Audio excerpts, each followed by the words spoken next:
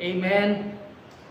Magandang umaga po sa ating lahat, mga ginigiliw, mga minamahal ng Panginoon. May pag-asa po sa Panginoon, mga ginigiliw. No? Katulad po ng sinabi ni Isaac kanina, mga kapatid. No? Alam nyo, I am very inspired sa batang ito na sa kanyang murang edad ay alam na niya kung ano ang nangyayari sa mga characters, sa mga pangyayari sa unang panahon, no? Sa pamamagitan. Nasusunog yung parapahan nila. Yes. Tapos pinapatay nila Ng salita ng Panginoon, mga ginigiliw.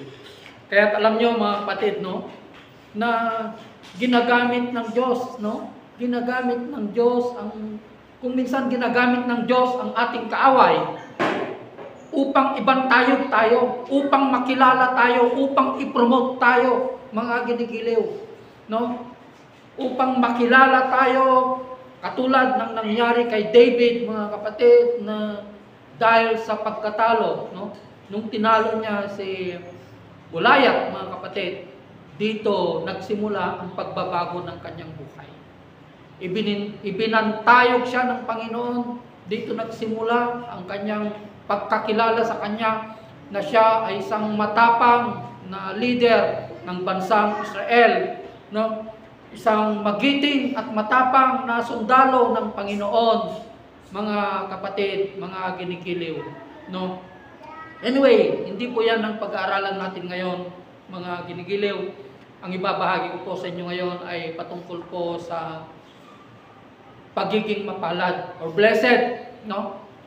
Yung Olivet Discourse, mga kapatid. Alam nyo, kung wala po sa atin, no? Kung hindi po natin tinataglay ang pagiging mapalad or yung pagiging blessed, mga ginigiliw, alam nyo, palagi nating tinitignan ang ating sarili. Even if we are the leaders of the church, kahit tayo mga pastor or anumang katungkulan mo sa isang iglesia, mga kapatid, pride will set in, no? Pride will set in, I should say. Magkakaroon ng pagyayabang, no? Sa buhay natin, tinitignan na natin ang ating sarili na tayo ay mataas.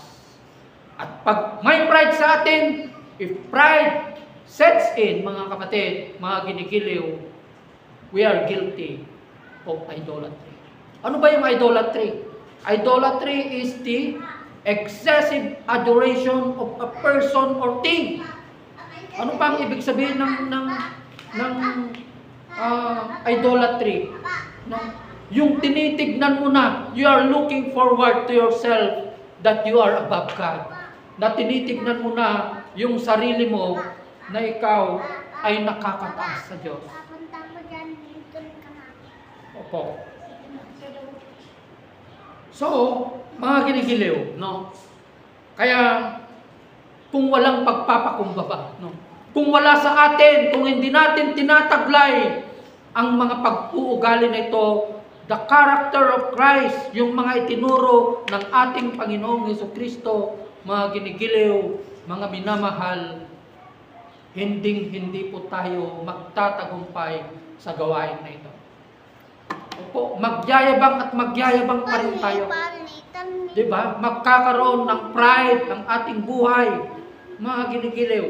Sa tagpong ito na ibinahagi ng ating Panginoong Jesucristo, yung Olivet Discourse na ito, mga kapatid, no? Na kung saan nangyari po ito sa buntok, mga kapatid, na ang mga lumapit, mga ginigiliw sa ating Panginoong Jesucristo ay walang iba kundi yung mga 12 alagad lamang ang lumapit sa Kanya. Di ba? Perhaps, napakarami po ang tao doon. Mahigit 5,000 tao, more or less 20,000 na tao ang pumunta sa lugar na yon, mga kapatid. At ang kadahilanan kung bakit sila pumupunta o sumusunod sa ating Panginoong Jesucristo sa oras na yon, sa bundok na yon, ay hindi sila nagkainteresado kung ano ang sasabihin ng Panginoon sa gabing iyon, sa araw na iyon, mga ginigiliw, kundi nagka-interest lamang sila sa mga himala na gagawin ng ating Panginoong Kristo. Yung himala lamang ang gusto nilang makita, mga ginigiliw. No? Ayaw nilang makilala ang ating Panginoong Kristo. Do you think na pag ikaw ay lalapit sa paanan ng ating Panginoong Kristo, mga ginigiliw, do you think na itataboy kaya niya? Gusto ko ring makinig sa iyong mga katuruan, Panginoon. Kung meron kayang lalapit, no? Kung meron kayong lalapit sa ating Panginoong Kristo, no? Sa oras na yon, ipagtatabuyan kaya ng ating Panginoong Kristo na hindi ka pwede dito. Ang aral na ito ay para lamang sa mga 12 alagad. Nasisiguro ko po, mga ginigiliw, na hindi po yun gagawin ng ating Panginoon Kristo. Kaya karamihan sa mga Kristiyano ngayon, mga ginigiliw, sila ay hilaw. Hilaw na Kristiyano. Bakit hilaw silang Kristiyano, mga kapatid? Dahil hindi nila tinataglay ang katuruan ng ating Panginoong Kristo, ang unang katuruan ng ating Panginoong Kristo, ang Beatitudes na ito, or ang pagiging mapalad. Blessed, mga kapatid. Kasi kung nilampasan mo lang ito, binasa mo yung mga iba, mga kapatid, ibig sabihin, andun pa rin yung pride sa'yo. Kasi dito, ito yung mga karakter, no? Ito yung mga pag-uugali ng Diyos. Kaya ito ang unang itinuro ng ating Panginoong Kristo, the character and attributes of God, upang sa ganun, mga kapatid, ay hindi tayo makakitaan ng pagmamayabang o pagiging pride. Kaya nga kung bakit walang pagpapakumbaba sa isang Kristiyano, walang humility sa isang Kristiyano, because you did not crucify yet your pride. Hindi pa natin ipinapako yung pride natin. Diba? Katulad ng tagpong ito, mga ginigiliw. Kaya lahat ng mga pumunta sa lugar na ito, hindi sila nagkaroon ng tamang relasyon at ugnayan sa ating Panginoong Kristo, dahil inayawan nila, hindi man lang sila nagnais na makalapit sa paanan ng Panginoon upang mapakinggan nila ang pinakamahalagang aral na dapat taglayin ng isang Kristiyano. Ang unang aral na ito, ang pagiging mapalad. Actually, ito ang unang itinuro sa amin namin sa ni Daddy, mga kapatid. Nagsimula po ito sa pagtawag sa pamilya. Then after that, the teachings and healing of Jesus Christ. At ito, dito kami nag-concentrate ng medyo, hindi ko alam kung ilang meeting na pinag-aralan namin ito, yung pagiging mapalad. Kasi kung wala sa atin ito, talaga, pride sets in, magiging mayabang tayo. Kahit napakaraming alam tayo na salita ng Panginoon, mga ginigiliw. Baka gusto na natin palagi na tatayo rin sa pulpito at papalitan na natin si pastor. Minamadali na rin natin siya na paupuin at tayo na rin ang tatayo doon at tayo ang magsasalita, mga kapatid. Diba? Kasi wala sa atin ang pagiging mapalad na ito, na pinakamahalaga, pinaka-importante sa buhay ng isang mananampalataya, mga kapatid. Kaya itinuro ng ating Panginoong Kristo yung mga karakter na ito, yung mga pag-uugali na ito na galing sa ating Panginoon, mga kapatid. Diba? Nagaling sa ating Panginoon, mga kapatid. Kaya siya ang pinakamagandang ehemplo. Halimbawa, mga kapatid, no? The righteousness of God ating Panginoon mga ginigiliw, upang sa ganon ay magkaroon din tayo ng katuwiran ng katulad ng ating Panginoong Kristo, mga kapatid. Kaya sabi niya sa Matthew 6:33, di ba? Seek first the kingdom of God. The kingdom of God is Jesus Christ. And His righteousness, the attributes of Christ. Tularan natin yung mga pag-uugali ng ating Panginoong Kristo upang sa ganon, the righteousness of God, the righteousness of Christ will be imparted in our heart, mga ginigiliw. So dito, sisimulan po natin ang sermon sa bundok sa Matthew 5. Kaya sabi niya dito, nang makita ni Jesus ang napakaraming tao ang sumusunod sa ating Panginoong Kristo, umakyat siya sa bundok. Pagkaupo niya, lumapit ang kanyang mga alagad. So, ang lumapit lamang ay yung mga 12 alagad. Diba? Hindi nagka-interest na iwan ng mga taong ito sa parte ng tagiliran ng bundok. At siya'y nagsimulang magturo, mga kinikilig.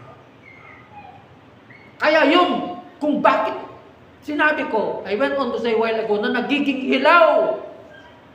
Kung minsan ng isang Kristiyano, mga kapatid, walang pagbabago sa kanyang buhay.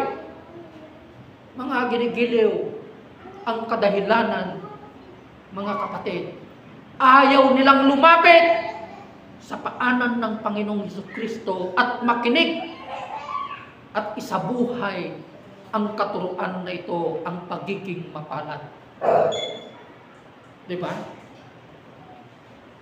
Ang sabi niya dito, mga kapatid, pinagpala ang mga taong walang inaasahan kundi ang Diyos, sapagkat kabilang sila sa kaharian ng langit.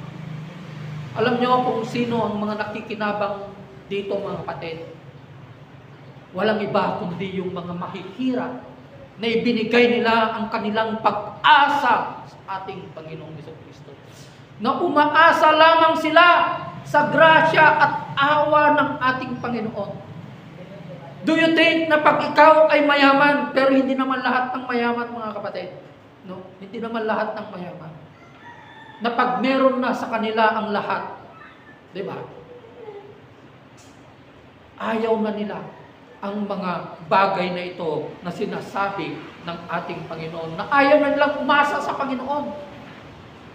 Umaasa na lamang sila sa kanilang kayamanan, yung meron sa kanila, mga ginigiliw. Di ba? Kahit sabi niya dito, sapagkat kabilang sila sa kaharian ng langit. Di ba? At sabi niya sa pang-apat, pinagpala ang mga nagdadalamhati sapagkat aaliwin sila ng Diyos. Nagdadalamhati, repentance. Di ba? Pagsisisi ng kasalanan. Di ba? Sapagkat aaliwin sila ng ating Panginoong Diyos, mga ginikiliw. Di ba? Panglima, pinagpala ang mga mapagpakumbaba sapagkat mamanahin nila ang daigdig. Diba? Yung mapagpakumbaba, yung humble heart, being humility, yung mapagpakumbaba ka, na tinitignan mo palagi ang kapwa mo na sila ay nakakahigit sa'yo. Kahit ano pang estado ng buhay mo, mayaman ka man, mataas man ang pinag-aralan mo, you should be a servant of the servant, mga kinikilig. Katulad ng ating Panginoong Jesucristo, siya ay Diyos. Subalit, hindi niya ipinantay ang kanyang sarili sa kanyang Ama upang siya ay maging Diyos, mga kapatid. Bagkus siya ay nagpakumbaba. Diba? Hindi niya po ipinantay ang kanyang sarili, ang ating Panginoong Jesucristo, mga kapatid. Kahit anong ginawa ng ating Panginoong Jesucristo na pinakamagandang halimbawa ng pagpapakumbaba, mga ginigiliw. Isang ehemplo, yung hinugasan niya yung paa ng kanyang mga lagad. Di ba? Hinugasan niya po. Ito ay pagpapakita ng pagpapakumbaba. Halimbawa ng pagpapakumbaba, mga ginigiliw, na dapat po nating tularan. Di ba? Hindi yung huhugasan mo yung paa, tapos mamaliitin mo rin lang yung tao. Di ba? Opo. Tapos pipiliin pa natin yung huhugasan natin, yung mga nakaputis pa lang. Di ba? So, pinagpala ang mga may matinding hangarin na sumunod sa kalooban ng Diyos, sapagkat sila ay bibigyan kasiyahan ng Diyos. Ano ba yung pagsunod ng kalooban ng ating Panginoong Diyos? Yung sumampalataya tayo sa Kanyang nag-iisang anak. Di ba?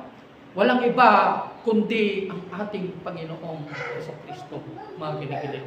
Kung mababasa niyo po yung sinare ko, alam niyo yung mga sineshare ko, ito yung mga devotion ko. Ito yung mga pinapayag sa akin ng banal na Espiritu, mga kapatid. Na ang sino mang ayaw kumilala at tumanggap sa ating Panginoong Jesucristo bilang Diyos at tagapagligtas ng kanilang buhay. Mga kapatid, ibig sabihin, no? Sinare ko po yan sa Facebook ko. Ibig sabihin, mga kapatid, ayaw nila ang katuruan ng ating Panginoong Jesucristo. Ayaw nilang tanggapin ang kanyang katuruan. Basahin niyo po yung katuruan niya sa Matthew 5, 6, and 7. Puro corrections yan. Dahil marami ang mawawala sa kanila. Marami ang ayaw nilang tanggalin sa kanilang pamumuhay. Opo. Kaya ayaw nilang kilalanin ng Panginoong Jesucristo kasi mabigat ang kanyang katuruan. Di ba? Imagine, sa isip pa lang nagkakasala ka na, how much more pag ginawa mo na yung isang bagay. Di ba? Kaya maraming hindi kumikilala sa Kanya. Di ba?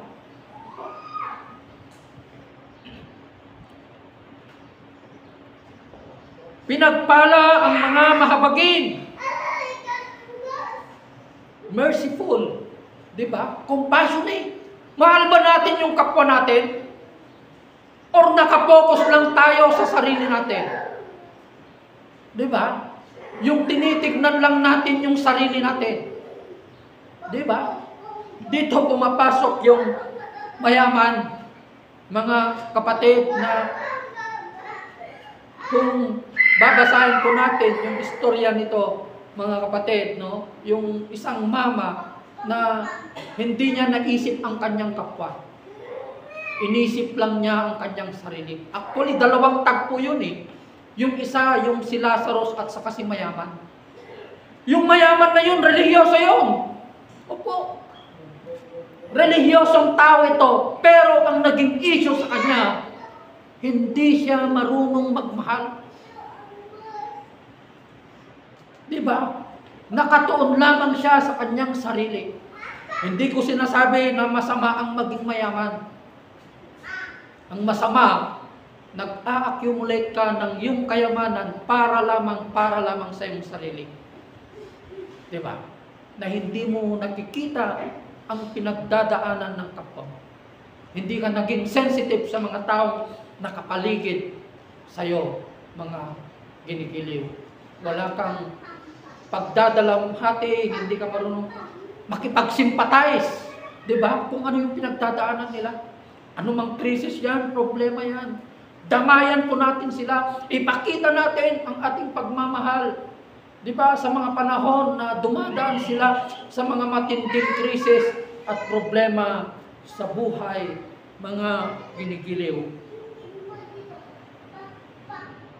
Pinagpala ang mga may malinis na puso sapagkat makikita nila ang Diyos.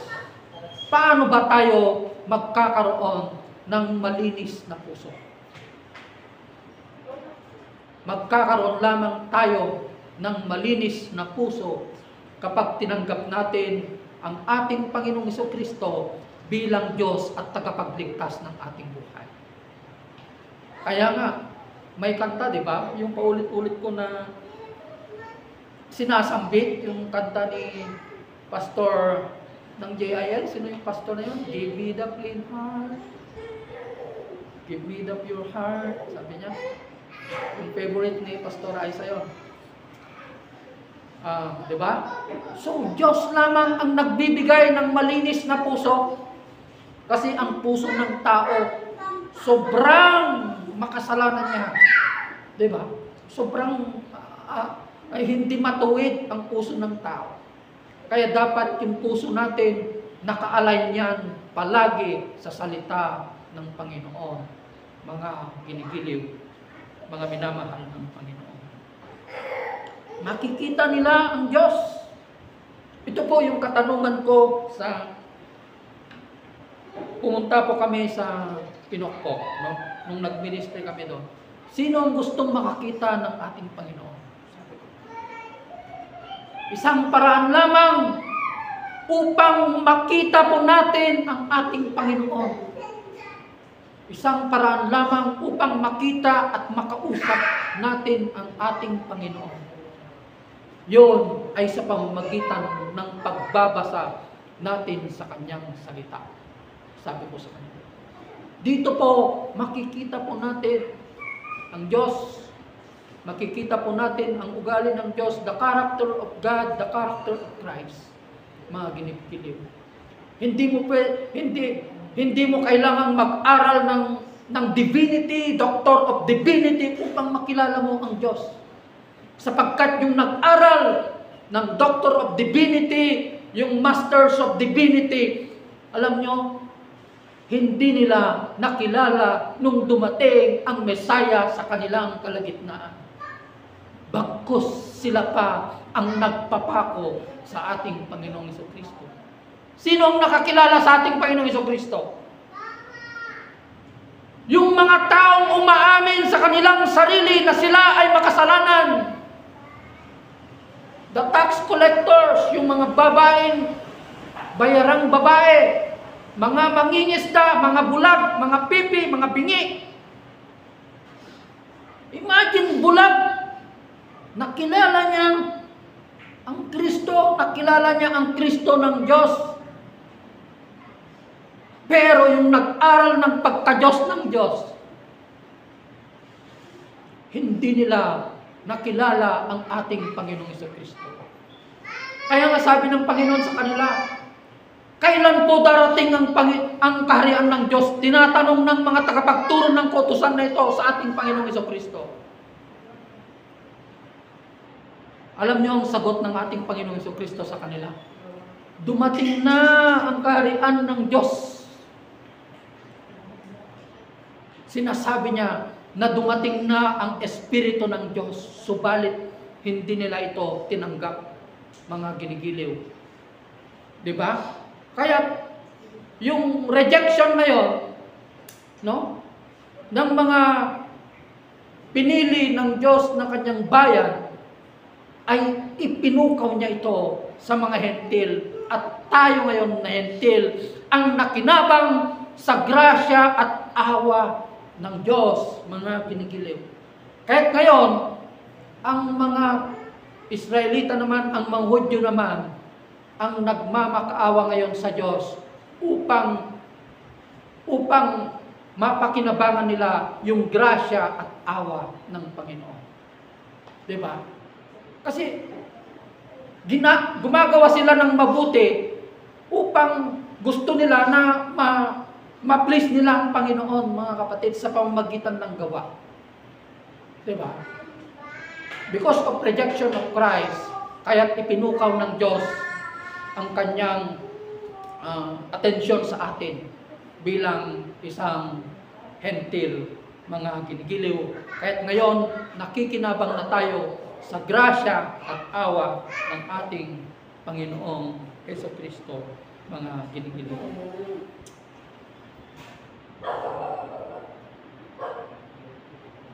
Pinagpala ang mga gumagawa ng paraan para sa kapayapaan. Blessed are those, ang English nun, who have, ha? Pakilakasan. O peacemaker. Alam nyo, dito na nami-misinterpret ng mga military yung peacemaker dito. Mga ginigiliw. Alam nyo, ang binabanggit dito, yung kapayapaan tayo na pinili ng Diyos na magdadala ng magandang balita. We are the peacemaker. Tayo ang nagdadala ng kaluluwa ng mga taong ito sa paanan ng Panginoon. Kaya unang-una, katulad ng sinabi ko po kanina mga kapatid, the first ministry, ang unang ministeryo natin, yung pamilya natin. That must be the first. Unahin muna natin yung pamilya natin. Diba? Katulad ng sinabi niya dito sa Acts, diba? Anong gagawin ko po? Sabi ng isang taga-gwardiya ni Paul ba? Ngayon, nung nabilang ko siya, si Paul o si Peter? Sumampalataya ka, ikaw at ang iyong pamilya ay maliligtas. You and your family will be saved. Diba? Kaya pagdating ng panahon, diba? We will bring our family. Dadalhin natin ang ating pamilya sa paanan ng Panginoon. Blameless and holy, spotless, mga ginikilig. Kaya unahin natin. Alam mo, kapag hindi matagumpay yung pamilya natin, mga ginigiliw, failure na rin sa atin yan. Bilang isang alagad ng Panginoon, mga ginigiliw. So, dito, sapagkat sila'y ituturing na mga anak ng Diyos, pinagpala ang mga inuusig dahil sa kanilang pagsunod sa kalooban ng Panginoon, sapagkat kabilang sila sa kaharian ng langit. Count it all joy, di ba? Kung ikaw ay you are being mocked, insulted, di ba? Yung ano yun, pinaparusahan ka dahil sa pagsunod ng ating Panginoong Jesucristo. Meron siyang sinabi dito, wag nawang dahilan na sinasabi ng ilan sa inyo na pagsubok, kung yan naman yun ay bunga ng paggawa ng kasalanan. Ang sinasabi niya lamang dito ay pagsunod sa kalooban ng ating Panginoong Jesucristo. Kung bakit why we are being persecuted, insulted, at unang-una mga kapatid, no, na mang-iinsulto sa atin, okay lang kung kaibigan natin. Okay lang po kung kaibigan natin. Yung pamilya natin, katanggap-tanggap pa yan. Katanggap-tanggap pa yan. Diba? Or tagalabas, mas katanggap-tanggap pa yan. Ang pinakamahirap, mga ginigiliw, mismo yung kapwa mo, Kristiyano mismo, ang uusig sa'yo, ang iinsulto sa'yo, mga ginigiliw. Yun ang pinakamasakit, pinakamasaklap sa buhay ng isang Kristiyano, mga ginigiliw. Diba? Kaya nga, hindi pa tayo, alam nyo, yung mga Kristiyano kung minsan, lalong-lalo na pag masyadong mataas na yung church na hinahawakan mo, nagkakaroon na ng pride yan. Diba? Nagkakaroon na ng pride yung mga humahawak ng mga malaking iglesia na yan. Mga kapatid, hindi na sila ma-reach, hindi na natin sila makausap. Diba? Opo. At ang pinakamasaklap, ayaw na nilang kilalanin yung mga maliliit na churches. Diba? Yung mga maliliit na churches, ayaw nilang kilalanin. Diba? Ano bang pagkakaiba ng pagtuturo nila sa pagtuturo sa malaking simbahan at sa maliit na iglesia at malaking iglesia? Ano bang pagkakaiba? Diba? Opo. So, kung ayaw mo nang kilalanin yung mga maliliit na iglesia ito, saan ka kabilang?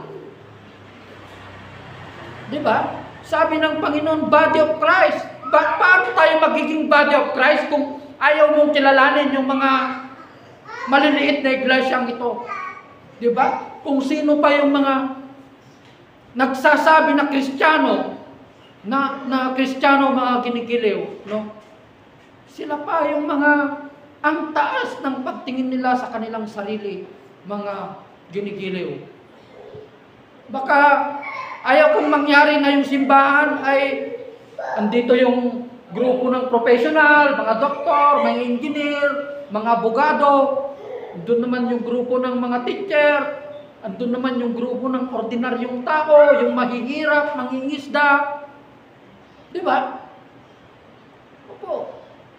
Kung ganun yung church mo, ibig sabihin, religyoso yung church na yan. Opo. Religious ka lang. Di ba? Katulad ka rin ng mga Pariseyo, mga kapatid, na sinasabi ng ating Panginoong Kristo. Di ba? Na sinasabi ng ating Panginoong Kristo, mga kapatid. Kaya, wala po. Dapat pantay-pantay lahat.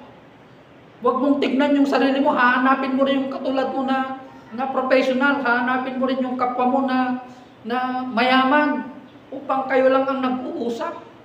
Di ba?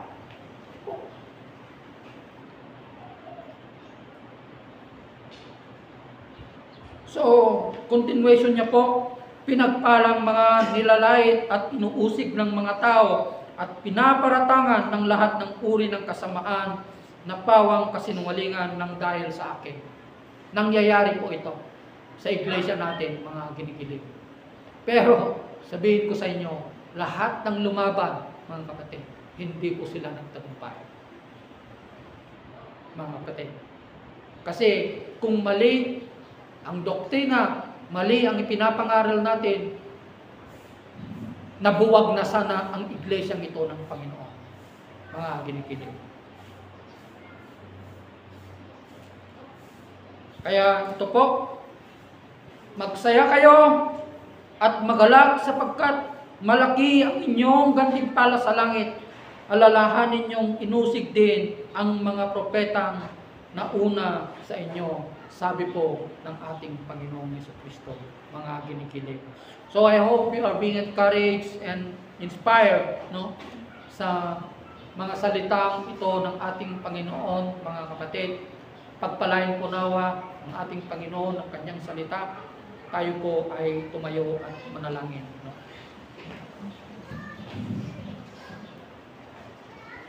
Yes, Lord. Pinupuri po namin, Panginoon, ng iyong dakila at makapangyarihang pangalan. Sa inyo po, nagmumula, Panginoon, ng kapangyarihan at kadakilan, Panginoon, Lord God, Heavenly Father, Lord. Salamat po, Panginoon, sa katagumpayan ng gawain na ito, Panginoon, ng inyong iglesia, Panginoon, Lord God, Heavenly Father, Lord.